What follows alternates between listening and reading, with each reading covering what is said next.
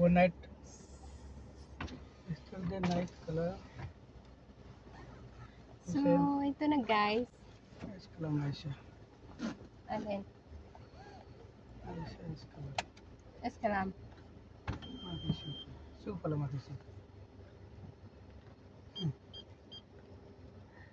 So, mag-story time tayo guys. Paano naging buhay ko? I-buy natin yung return ng aking buhay. Kasi since puro kalsada yung nakikita nyo, lalagyan natin ng twist. Twist? Joke lang. Story time. Kumakain pa ako guys. Nagbaon ako eh. Paano nga ba ako napadpad dito sa Saudi? Anong reason ko? Why ako napadpad here sa abroad? Why ako nag-abroad? So, well, hindi ko maintindihan ang aking kwento ng buhay ko. I remember lang na nung mga bata pa kami, nung buhay pa yung papa namin, yung papa ko, buhay pa si tatay. Hindi kami niyan naghihirap.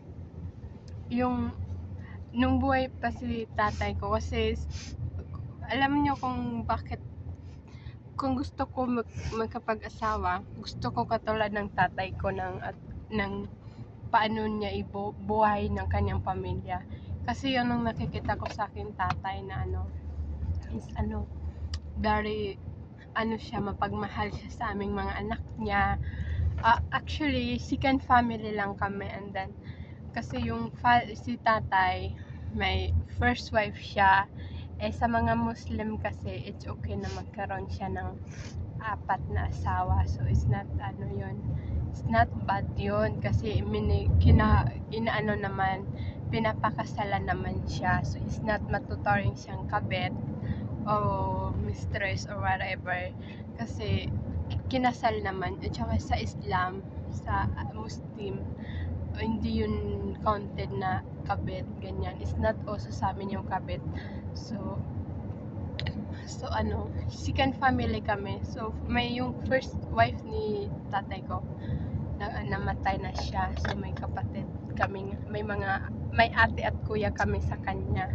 So, tapos yung nanay ko naman, hiwalay siya sa kanyang unang asawa. So, unang niyang asawa, hiwalay siya doon. Tapos, may anak siya doon, isang babae. So, ate namin siya. So, yun, nagtagpo si mama. Since hiwalay si mama, at saka si papa ko namatay ng asawa, nagtagpo sila. So, kami naging anak nila. So, total, 3 kami ang magkakapatid sa nanay tatay. And then, church. So, bali ang katotalan naming magkakapatid is 6 kami. 6. So, marami din. Ang gulo ng kwento ko. Ang ko lang doon, ang point doon is love ko yung pagpapalaki sa amin ni tatay ko. Kung paano niya kami itrato. At saka kasi kaming magkakapatid, malalaman mo naman yan kung maayos yung pagpapalaki sa'yo ng inyong magulang sa pamamagitan ng relasyon yung kanyang magkakapatid. So, yung mga kapatid ko sa father and mother, hindi kami nag-aaway-away. Kami, para kaming magkakapatid na tunay sa nanay at tatay, parang ganun. Hindi namin na kapatid, hindi nila kami inaapi na kapatid lang namin kayo sa ama, hindi sa ina, parang walang ganong issues. So, maganda yung sa ganong paraan. Tsaka mahal na mahal kami ng ate namin at tsaka yung kuya namin. Isa lang yung lalaki sa amin, yung pinakapanganay ni papa. Yun ang panganay. Kasi gusto ko yung ni papa sa amin. Tapos hindi kami naghirap. Yung bago siya pumasok sa work,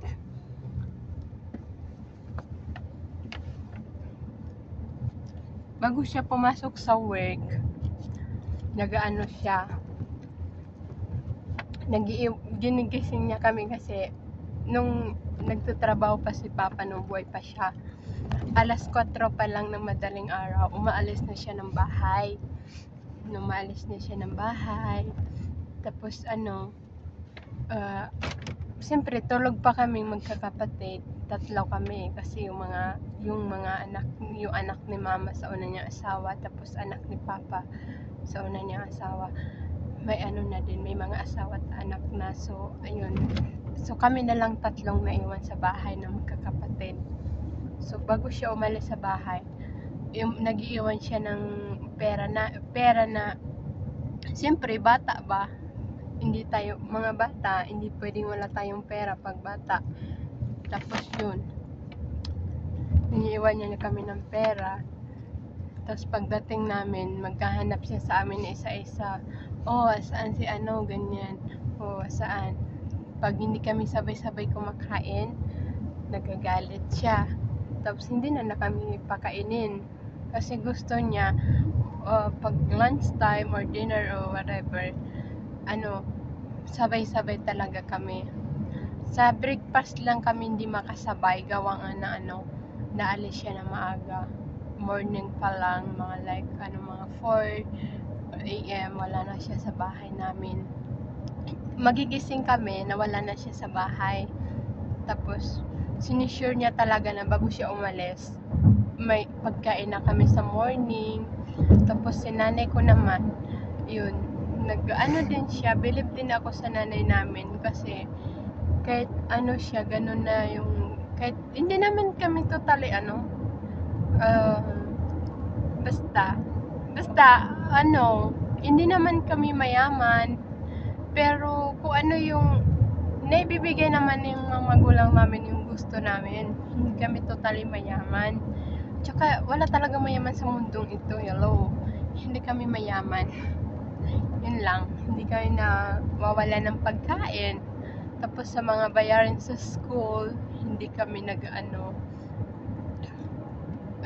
nagwo-worry na baka hindi kami makabayad ng ganito. Kasi yun nga, si Papa, it's very talaga siya, active siya sa amin. Active siya, paano niya kami buhayin, ganon, itaguyod. Ay, nako, ganon. Tapos si Mama din, ma-active din si Mama. Love na love din namin yun. Pero alam niyo ba anong trabaho ni Papa ko? Hindi kami mayaman. Si Papa, construction workers lang siya. Pero hindi siya yung construction na maliit ang sahod. Siya yung sa halimbawa may construction, may gagawin na something, mga building, school, o house, ganyan. Hindi siya yung maliit na sahod doon. Malaki ang sahod niya doon. Kasi siya yung nagkukuha ng mga taon niya. Ano ba yung posisyon sa ganun? Kasi may posisyon daw yan eh. May siya, tawag doon, basta construction din siya, pero malaki yung sahod niya. It's not maliit. Lang, yung bumubuo siya nagiging leader siya sa isang, hindi naman basta construction lang din, pero nagiging leader siya doon.